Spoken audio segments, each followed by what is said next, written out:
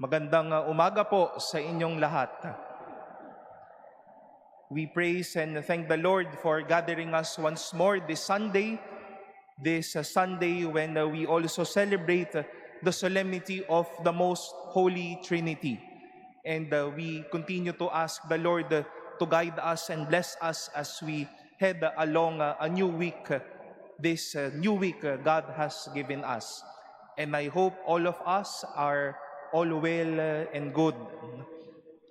My dear sisters and brothers, these 2 Sundays after we have formally ended the Easter season last week with the celebration of the Pentecost Sunday, as we traverse these days of the ordinary time, these 2 Sundays, we celebrate 2 important mysteries of the Church.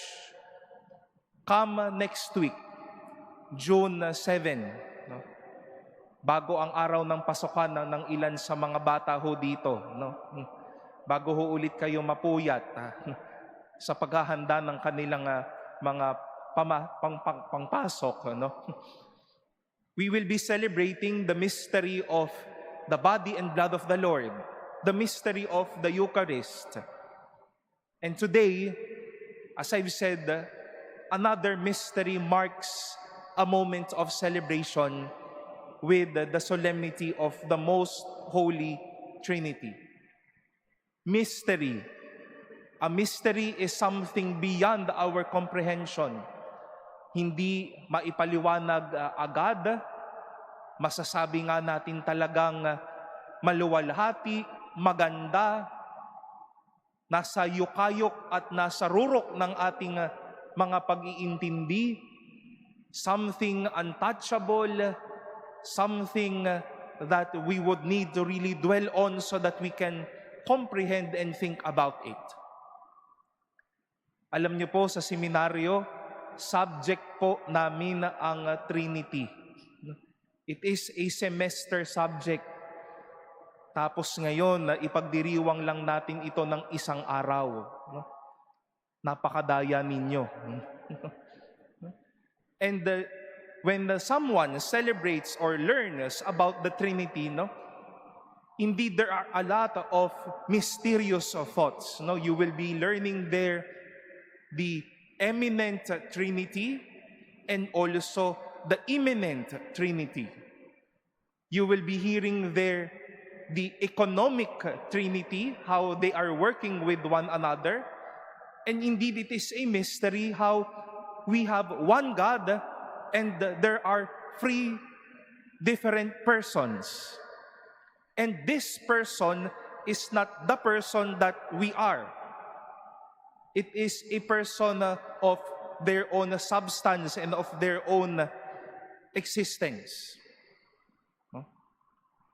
Sana ho ay hindi pa dumudugo ang mga ilong ninyo. No? Kaya ititigil ko na ito. No? No? But my dear brothers and sisters, we have this special day to honor and to praise the mystery of the Trinity, not only to dwell on the Trinity as a mystery, but we have the Trinity to affirm that they are family. There is Father, Son, and Holy Spirit working together then on until now, and would like us to remember and appreciate how they are as well family to us. Hindi lang misteryong tinitignan, inaaral, kinamamanghaan, pero isang paalala po ang linggong ito na sana alam mong may malapit na Diyos sa iyo. Isn't it that a family, an experience of presence, an experience of support, an experience of inspiration, that God walks with me and journeys with me. And we heard this beautifully in our readings today. In our first reading from the book of Exodus, we came across of this story, the Lord walking with Moses.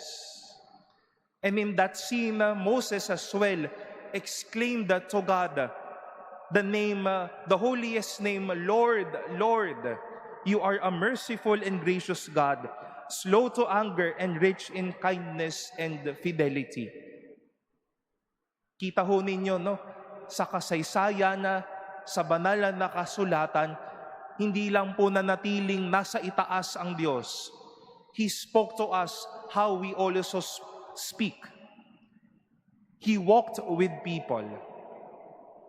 And gracefully, when the Lord Jesus entered history, He became like us, flesh and bones, with all heart, with all wisdom, living with us.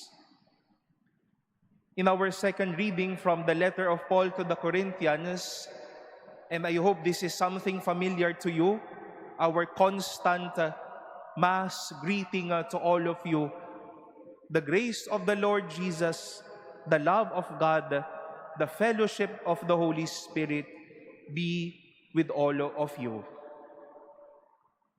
Alam ko po, madalas, kada linggo, araw-araw ay napapakinggan niyo po ito.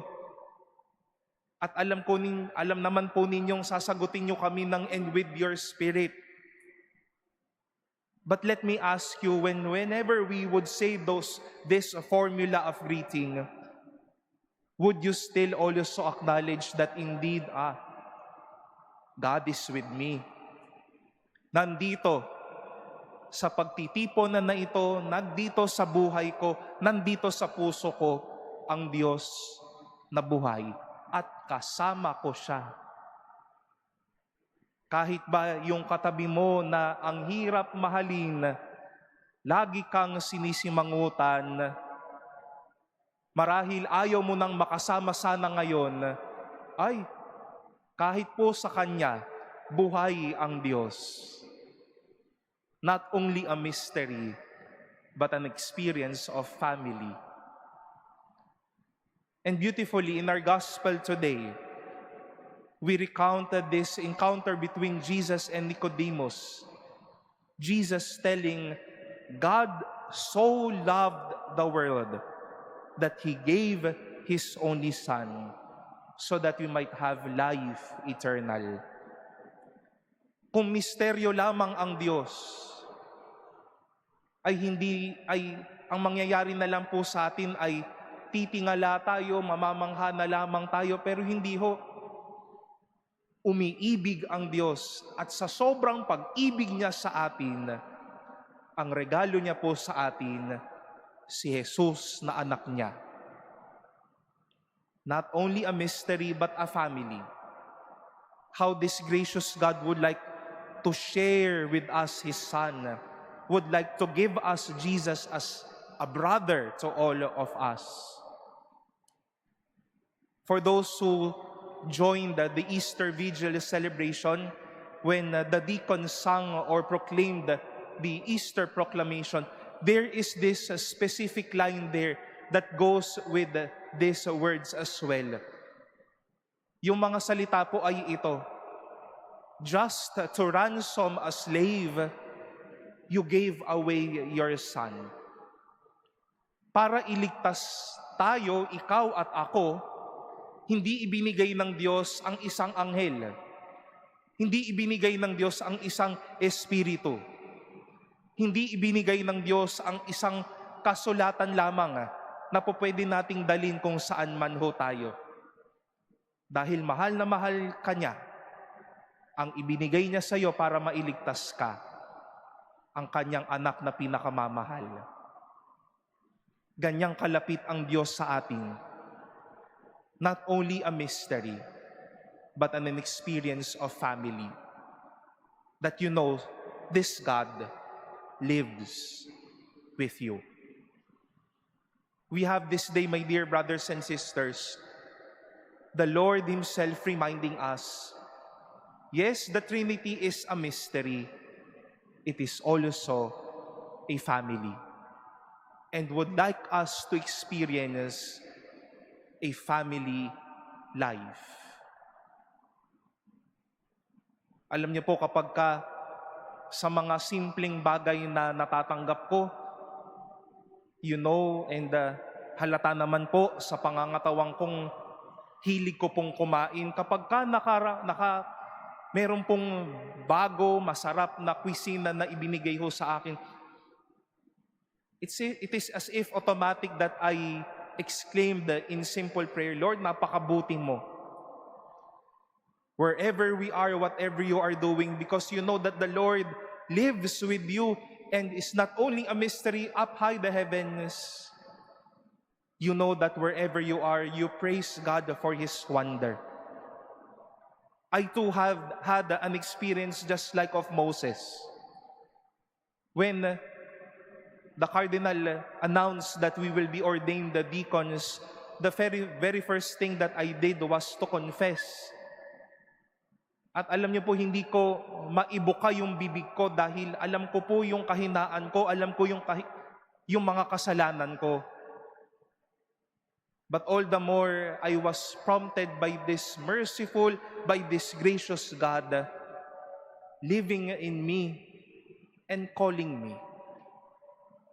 Marahil po kayo sa mga pagkakataon at oras ng inyong pong buhay, kapag nakarinig ng isang magandang balita, yung anak ninyo na-promote, pumasa, no? Nagkaroon ng magandang pamilya, naitawid ang kanilang mga utang sa buhay na ito. Hindi ho ba't minsan ay, salamat sa Diyos. Dahil alam mong kasama mo ang Diyos at naririnig ng Diyos kahit iyang mga maliliit na pagpupuri sa Kanya, because He's not only mystery but a family close to you. That even in the most difficult moments of life, He stays and lives with you. My beloved brothers and sisters, this is a mystery. The Trinity is a mystery. But they are a family working together with us. But also would like to remind us that they are family to us. Sana po maramdaman nating kahit sa mga oras na ito na ang hirap, mahalin ang bansang ito, mahirap intindihin ang mga nangyayari, nagsusumikap tayo sa pang-araw-araw na buhay, nagpupursigi tayo sa mga pangarap natin. Lagi po nating tandaan, may buhay na Diyos sa ating piling. That this God is not only a mystery, but this God walks with us, is with us, and loves us so much.